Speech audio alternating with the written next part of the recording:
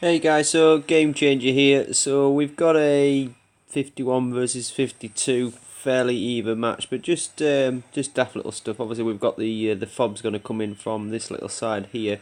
Um, so yeah, it's just again on base setup really. So this guy obviously has got the super turret in the centre there.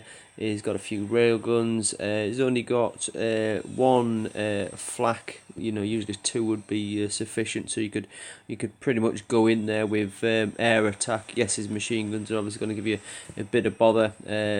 But just for me, how to use the fobs correctly, it's just about pivot points really.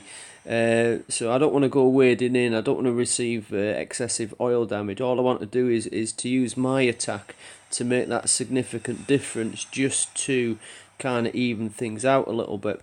So a couple of things you can do here. You're out of reach of that railgun, absolutely no problem whatsoever.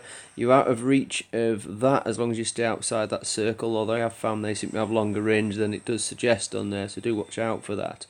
Um, but I mean, I'd be tempted to, if you look, he hasn't got any salvo cover or howitzer cover on the back end of this wall here, and providing you out of range of the heavy cannon, which obviously fires over the cliffs in a sense, you could quite happily launch your M270s there and fire obviously on his war factory without even being picked up.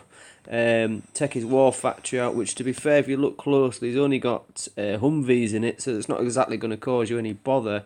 But if you take that out, that's really going to obviously, weaken his attack massively.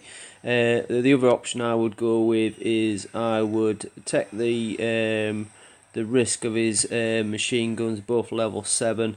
If I drop my tank in range of those two machine guns and out of range of the rail gun, so it's just a bit of a balance there, that you should be able to then use the M270s to take those two machine guns out and probably have still time enough to then take out the war factory. Not that it's going to cause any bother. Weaken that sort of side there, and you're maximising the chance of your fobs getting through without obviously getting slowed up and things along that sort of line. So I'm going to go for the latter. We'll see if this works. If it doesn't, I'm going to look like a knob. But hey ho, c'est la vie. Okay, so first things first, drop your tanks. Machine guns lock on. Drop the rest.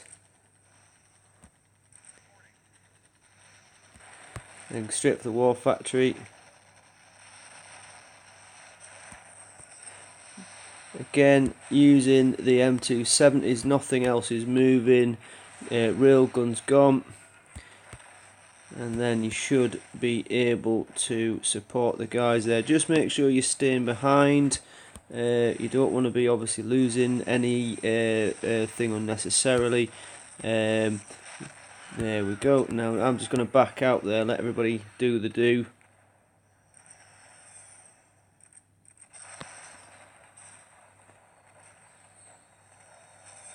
You should find that everybody's going to take care of everything. You may want to bring your Zeus back into the fray a little bit there, just to kind of take that helicopter out. There you go, absolutely no bother at all. And you should be pretty good to go. There you go, happy days. And just wait it out, see what happens. Nothing really going to cause any major problems. Once that railgun's gone, the tanks will plough through everything there, and then I can come round the side and just finish off. So very obvious technique there, but you know, one nevertheless, don't forget, don't deploy everything in one go, because it'll be just random potluck what the machine gun locks onto. So always remember, tank first, and then the rest of your attack to follow. And while you've got fobs, it's all about just finding that pivot point, that bit that's going to tip it in your favour and minimise the amount of oil that you're going to obviously need to spend. Might as well do a little bit of finishing off with a bit of an airstrike. I think I need to put a couple of those planes in there. I don't think they're very effective on their own.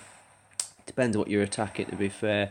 They're quite good though, because you can use them for attacking on the ground as well, because it doesn't have to lock onto a building. If you've got a tank, for example, that you want to take out with your plane, then you can do so. So there we go. Should just finish off.